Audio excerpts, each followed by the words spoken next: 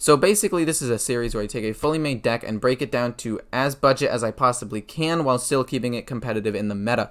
Now I'm doing Galakrond Warlock because Demon Hunter is very prevalent and very popular in the meta right now, and Galakrond Warlock is the best response to it. So basically, what I'm going to be doing is I'm going to be going over the game plans of the two decks, so if you do have the fully made version, you get a little insight on that. And then I'm going to be going over what legendaries to craft in order, like based on a tier list kind of thing that I created, so you know which ones to craft. Because a lot of the times people are asking me, like, if I only have 1600 dust, which legendary should I craft? And I'm going to try to be as informative as possible for you so you can upgrade this deck correctly. So basically, this deck relies on multiple different win conditions, not just Galakrond. You have 2 Highlander cards, you have Alexstrasza as some extra heal, and combo potential, and then Kronks to do some extra damage as well. Drain Life is only in here to stall for these things, but that I replace with Fiendish Rites because in this deck, your only win condition is Galakrond, and you want to have that fully invoked as often as you can. Okay, so the only other card that I took out was an epic card named the Morog Artificer, which is basically a card that is a 2/4 that says all spells do double damage, and it basically makes Nether Breath a 2 mana, 8 damage lifesteal card, which is freaking incredible, and then it makes Dark Skies an even more efficient board wipe, which it already is super strong, but now it's even stronger. However, it's not needed because these cards are still very, very efficient without it, and several decks don't even run them in the first place. I just liked them because I saw potential. So let's just jump into the replacements. To replace the Artificer, I put in the Fellbolt because it essentially is another form of removal, and that's what the Artificer tried to do. The Expired Merchant is in here for some of the legendary cards because it basically is a new win condition for you. It basically can get you multiple copies of Galakrond, so instead of having a ton of different legendaries, you can just play Galakrond over and over and over again. Then last, you have Kobold Spellkin because you want the Dragon synergy still, and you lost 2 of them here, and they generate some resources while still allowing you to get Nether Breath and Crazy Netherwing off.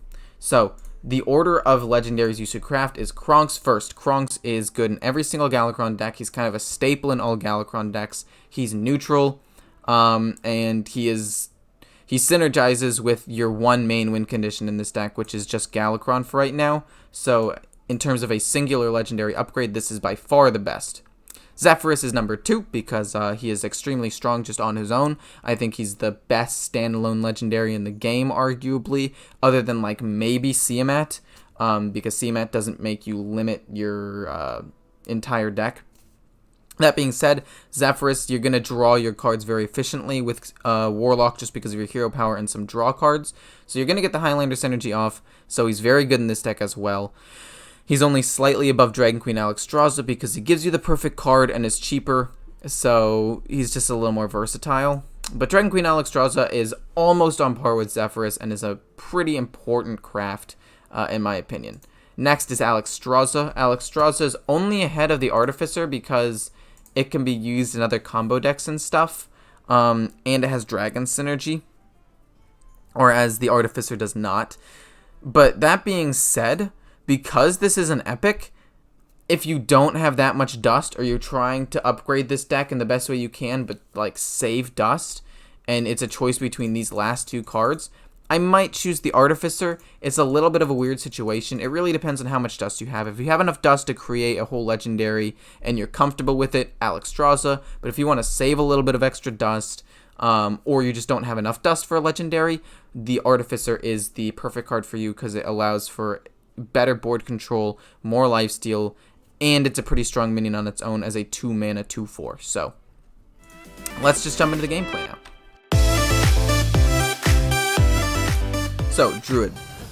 If this is Token Druid, this is a very strong hand to have. In fact, I think I really just like it all around, because if I'm able to kill his board on the turn he gets out a ton of minions, and then I'm able to invoke and set up a board myself, this could be extremely strong, even with the Veiled Worshipper in here. In terms of keeps for this deck, normally Devoted Maniac is like top tier because of the 4-drop. It's very important to have a turn 4 play, but because this deck runs Twilight Drake, it's a little bit less important now, but it's still very strong, and I think that this is really good. If he's going Big Druid, we're in a little bit of trouble. and I probably should have mulliganed, but I'm trying to go for the hard read here because sometimes with a budget deck like this where you have slightly less win conditions, you gotta predict things and go for slightly riskier plays in order to win. So just based on what I'm seeing, this doesn't clarify anything. Spell Druid might not have anything turn 2 just in general. So I will life tap and pass. If I have nothing to play, I could very easily just coin Devoted Maniac next turn. Okay, cool, so he's big. At least that clarifies that much. A little bit troubling, but it's okay. Like I said, it doesn't matter too much. So, coin out Devoted Maniac just to get him out there. I was going to overdraw anyway soon, and since I don't need the Crazed Netherwing for board wipe anymore, there is no reason to hold on to the coin, really. So at this point, we're just going to try to hope for some invoke cards so he can get this off as soon as possible. Oh god, he had Overgrowth. Okay, but Plague of Flames is extremely good. We'll do that. We're not going to end up overdrawing. Even if he plays some minions, we do have Plague of Flames to deal with his big minions. So I think that I still should be fine just because of how powerful this deck is in general. I might... That's fine. That's okay. The question is, what do I necessarily want to play right now? I could... Because I don't want to play Plague of Flames. I want to use that on a bigger board. 1, 2, 3, 4, 5, 6, 7. That can kill this off. So we're just going to drop that, get myself a 5/5. We have several forms of healing. We have 2 good forms of removal, and then we have this with Plague of Flames. So I'm just going to assume that he's going to run out of resources really quickly. Very nice card for him to have gotten there, at least for me, because that means he's not able to generate more resources with the 4/8. And if you guys have made it this far, please tell me what other decks you want me to try to make budget versions of, because I would be more than happy to do that for you. But anyway, back into this. What is the most efficient way to wipe his board here? I could just Dark Skies. Dark Skies is probably pretty strong if I just trade in, right? But then what do I follow it up with, right?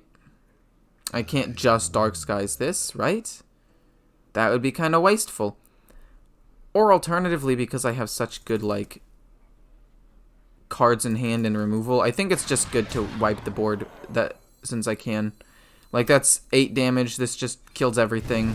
No need to even life tap. I kind of just pass. If I life tap, I'd overdraw anyway. And we'll just keep this. Because of like Plague of Flames and stuff, I will still be able to generate like pretty massive boards. That's slightly problematic. He's bog beaming his own thing. Very nice. That's pretty useless for him actually, all things considered. I think I just unstable and then do this. Wipe the board again. He's not able to combo with the 5/2 nearly as much anymore. I'm fine taking damage because this Druid deck doesn't have direct damage. I still have 9 health of heal in my hand. Oh god, that's a little bit of a problem, I'm not gonna lie to you.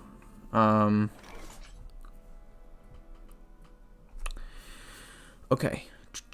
I could trade in and Nether Breath. I don't necessarily want to do that though. I think I'm just gonna shield the Galakrond and play a little defensively. As gross as that is. I mean, I did want to save it for Plague of Flames, but I genuinely don't think I have the luxury of doing that because of this death rattle. I need to set stuff up. So let's just do that. Hope he doesn't have swipe. I guess I could just kill this now with Nether Breath, so that way it limits his options a little bit. Or just life tap. I think I'm gonna just Because he only has 4 cards in hand, right? He's at 10 mana, so that's problematic. But I have good forms of removal left still, so I don't need to do anything too drastic. And I have a taunt. Like, even if he swipes and tries to hit face... No, I'm gonna do it. We're just gonna kill it off. I think that that's fine, though. I just don't know how much more damage I can afford to take, to be totally honest with you. Swipe. And then swipe and then face. Oh god.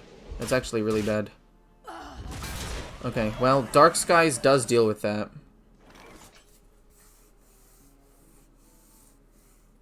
Right, Dark Skies kills this. I'm able to wipe his board next time with Plague of Flames. He just used both of his swipes, which are both of his direct damage cards. So let's go with Dark Skies, obviously. Kill that off. And now the question becomes, do I want to play Shield of Galakrond? Or do I want to play Veiled Worshipper? I think I want to play Shield. He doesn't have swipe. He has no more board wipe. So this is just a better play in general. Like, he cannot kill this. Which means that the Plague of Flames will do absolute wonders here. Another Colossus is fine. 1, 2... So that's 1, 2, 7... Okay. I actually get to deal with this board 100%. So we go 1, 2. Then we play Devoted Maniac. This is fine. We trade into this. Because it has Rush. Because I don't need the extra card or the extra minion, we'll eat it. Play Plague of Flames. And then we will draw 3 cards. Now we have wiped his board. I have some board presence. I drew another Plague of Flames, which is great.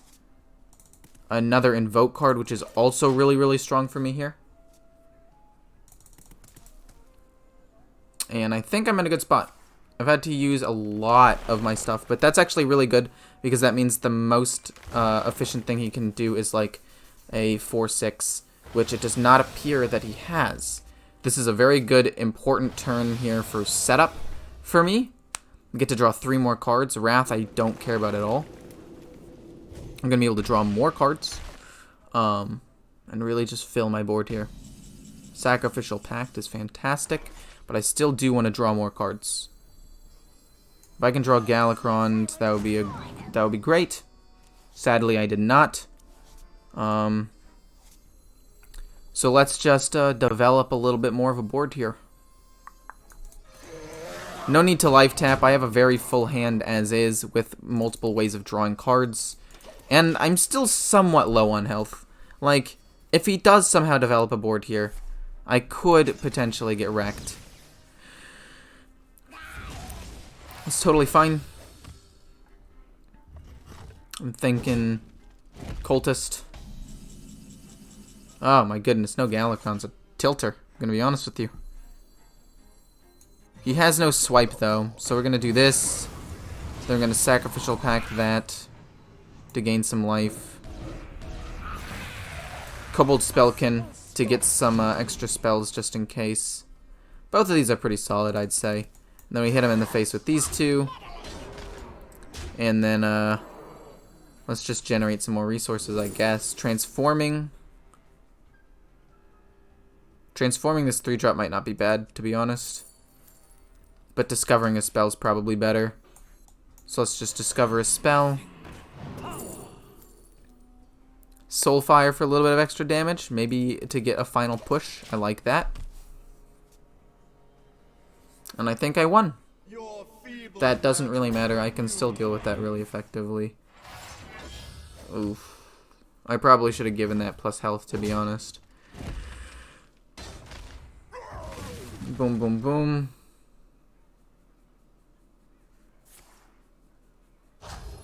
Oh, you're giving it taunt because you are now dead. Okay, I get that. So, just off of initial interpretation of the deck, he was even able to get an exotic mount seller out there as well as a Scrapyard Colossus to, in one turn, finish his Strength in Numbers.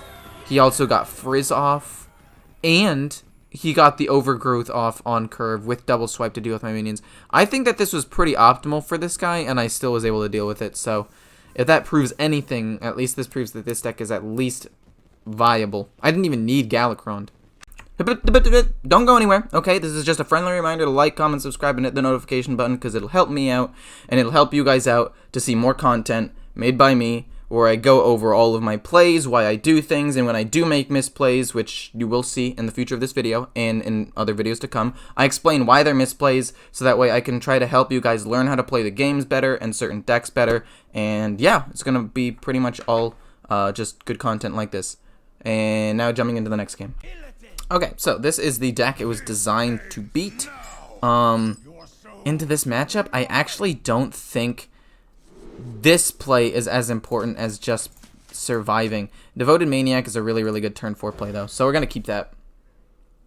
And just having the rush to be able to potentially kill something is absolutely, like, crucial.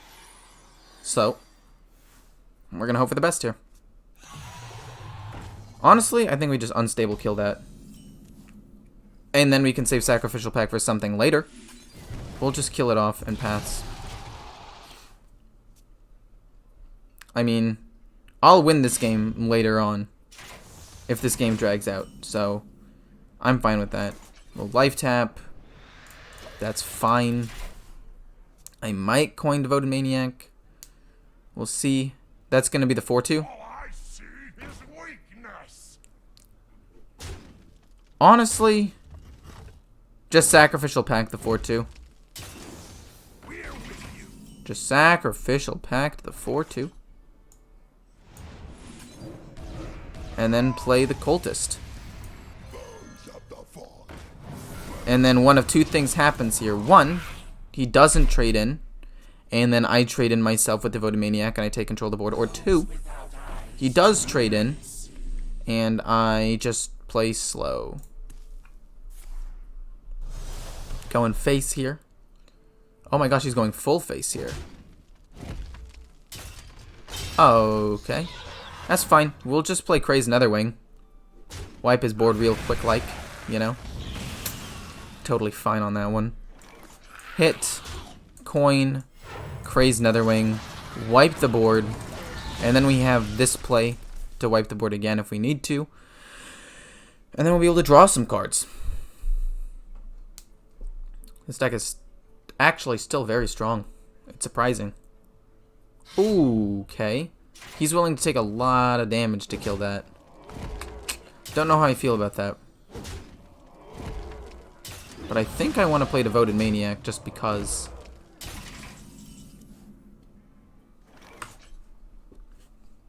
I have to think. Is it worth it to life tap anymore? I really don't think I need to life tap. I'm just going to play this. I don't want to take more damage than I have to. So I'm just going to pass. There's no need to life tap. When you're playing into an aggro deck, you need to know when to stop life tapping. And I think that when I have a card advantage and another card that will already draw me cards, I really genuinely don't think that I need more card draw. Okay. I can just Plague of Flames this, honestly. I do not. Yeah, it does not hurt me at all to just Plague of Flames this. That's not a demon, so Sacrificial Pact does nothing, so hit first, get the damage, Plague of Flames to trade, draw 3 cards, and then just pass. And now I have board presence, I have heal, he's going face, that's fine. What are you doing? What? What could you possibly target that with? Oh my gosh, why do I talk? Why do I say words, man? This puts me down to 12. There's literally no way he kills me from 12, to be honest. Like, even if that's 8 damage, I don't die. I can't die.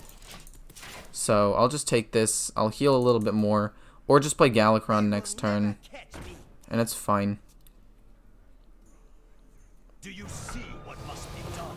Are you gonna... That's fine. That's honestly okay. Any of these demons that I can just sacrificial pact? Perfect. Okay. So, Devoted Maniac, sacrificial pact. Wait, could I have one? No, I could not have. So sacrificial pact. This. Kill that. Hit him in the face.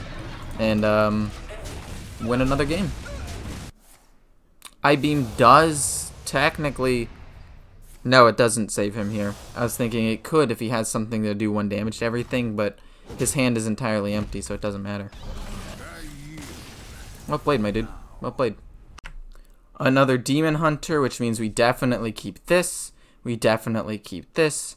Potential Dragon Synergy, but not the most important. And Mortal Coil could also be moderately good. This hand is just massive control. Holy moly. Play your stupid little 2-2. Yeah, that's right, you can't.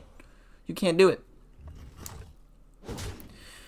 Now if he plays the, ooh, no Dragon Synergy, which means the Nether Breath won't pop off nearly as hard, but that's okay. Dark Skies. I'm fine with that. There's no need to sacrificial pact it yet. There just isn't. Life tap. Fiendish Rites is pretty good. And then we'll be able to play like Dark Skies or something later. Slow. Umberwing, not a big deal. Dark Skies deals with this board very efficiently. There's no real need to do anything crazy, in my opinion. I need to try to conserve my my resources as much as possible. But here's the issue. Well, I have another Dark Skies in my hand, right? And I also have this and some other forms of removal. So I think I just drop it. He's probably thinking to himself like, nice, just baited it out. Well, the only reason why I did that is because I had another. If I didn't, I would have just used these 2 separate things and it would have been fine. Oh, he's dealing a decent amount of damage to me. That's a Mortal Coil if I've ever seen one. That's beautiful. That's beautiful. He is doing a decent amount of damage, though. I do need to sacrificial pack that so I don't take any more damage. And now I have a dragon in hand, so this energy gets to go off. Let's Mortal Coil first, see what we draw. Cultist is pretty good, so I will kill this. And then actually just Cultist, because there's no reason not to. Now we've healed a little bit, we have another Breath in hand. I can theoretically play Fiendish Rites next turn, pump my board up even more, and get some more invokes off. Okay, that's cool. Does he just go straight face after that? That's fine by me, dude. Whatever floats your boat. I'm gonna do that, pump him up a little bit, and go a little bit more face. I still have 4 health of healing, so I'm not, like, super concerned. In my head, I'm essentially at 24 health. So I don't think that he can kill me. Oh my god, that sucks. But it's okay. It's totally fine. Still have Dark Skies, I still have plenty of removal. He's hitting my face, that's a little bit of a bummer, but, like, that's okay. Another Nether Breath. Very good here. I could just Nether Breath his face if needed, I guess, technically. Like, it's not removing anything, but it uses my mana efficiently. I can't coin out any 3-drops, so let's just do that. I still have a lot of removal in hand, so we'll just do that for some life gain and hit him in the face. 21. If he has the 3-2 that, like, destroys my board, that would suck. But here's to hoping he doesn't have it, right? He just drew it. Oh my god, he just drew it. Are you kidding? This is actually trolling. Holy crap. That's actually... Jesus Christ. Literally, he doesn't top deck that specific card there, and I don't have to die. But that being said, now I'm going to have to take a ton of damage. Absolute crap load. Am I dead? No, I'm at 1. Oh my god, what just happened? Okay, so we nether breath that to stay alive. Very glad I nether breathed his face now, to be totally honest with you. I could just dark skies the remaining board. Just dark skies, I guess. Can't life tap. We just need to hope that he doesn't get a little bit of extra damage in his hand. That's okay. Could be worse. A blunder. Oh, wait. Okay. Still not game. Shield of Galakrond is big here. Like, really, really big. Shoot, I need 10 mana. And I don't have 10 mana. Devoted Maniac. Plague of Flames.